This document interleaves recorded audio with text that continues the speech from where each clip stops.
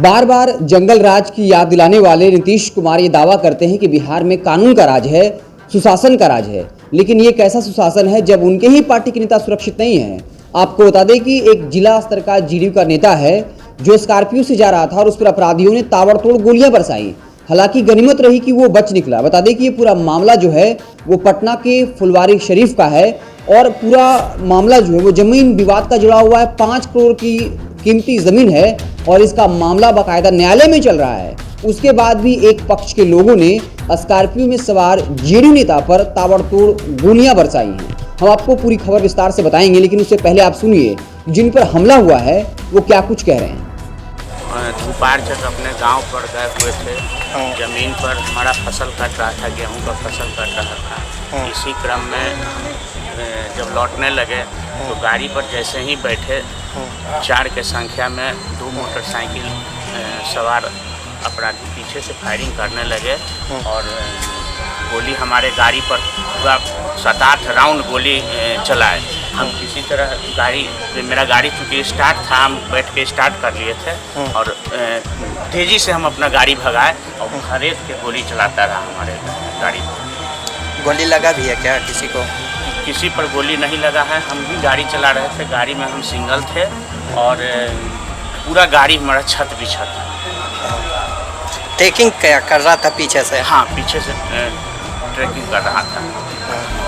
कहाँ घटना घटी था? ये दोपहर चक में है, गोनपुरा पंचायत अंतर्गत आता है और रेलवे का वहाँ कार्य चल रहा है। रेलवे का कार्यालय है, रेलवे का स्टेशन, प्रस्तावित station Neora Daniyawan railway line का प्रस्तावित स्टेशन वहीं पर है, वहीं ऑफिस है, उसी के समीप।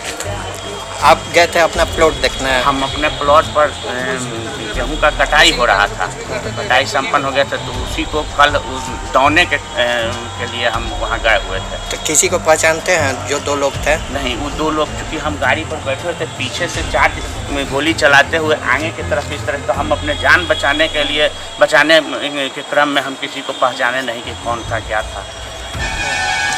कितना फायरिंग हुआ है? तकरीबन 8 फायरिंग। आपका नाम? नूतन कुमार सिंह। अच्छे से। बाइक वालों को पहचानते हैं क्या? नहीं, बाइक वाले को हम नहीं पहचानते। जमीन का विवाद चल रहा था गांव में ही एक व्यक्ति से और न्यायालय से सारा आदेश मेरे पक्ष में हो गया था और चूँकि परिवार का इकलौता सदस्य हैं, इस नाते शुरू से ही वो घात लगाए हुए था हमारे ऊपर। पूर्व में भी पिस्तौल निकाला था तो उसका फुटेज के आधार पर फुलवारी थाना में FIR दर्ज हुआ, अरेस्ट भी हुआ और उसी के परिवार का कुछ और सदस्य जो हैं अभी बाहर हैं और वही लोग इस तरह के कांड किए हैं, पेशेवर अपराधी। घटना कितने बजे घटा है?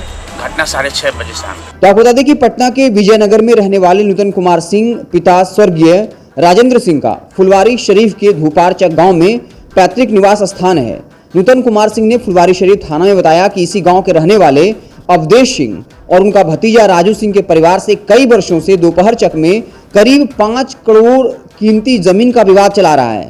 नूतन सिंह ने बताया कि अभी विवाद न्यायालय में चल रहा है। इसके बावजूद जो है शाम लगभग 6:30 बजे जब वो अपने गांव दोपहर तक के वापस स्कॉर्पियो पर सवार होकर अकेले पटना की तरफ आ रहे थे, उसी दौरान मुसहरी के पास एक बाइक सवार अवधेश सिंह और उसका भतीजा राजू सिंह ने उनको स्कॉर्पियो पर कई राउंड गोलीबारी की है। बता दें कि जनता दल यूनाइटेड के सक्रिय कार्यकर्ता है नूतन सिंह और उन्होंने कहा कि चाचा भतीजा ने उन पर जो है ये हमला किया था ताकि उन्हें जान से मारा जा सके। तो आप समझिए किस तरीके से अपराधी बेखौफ और बेलगाम है।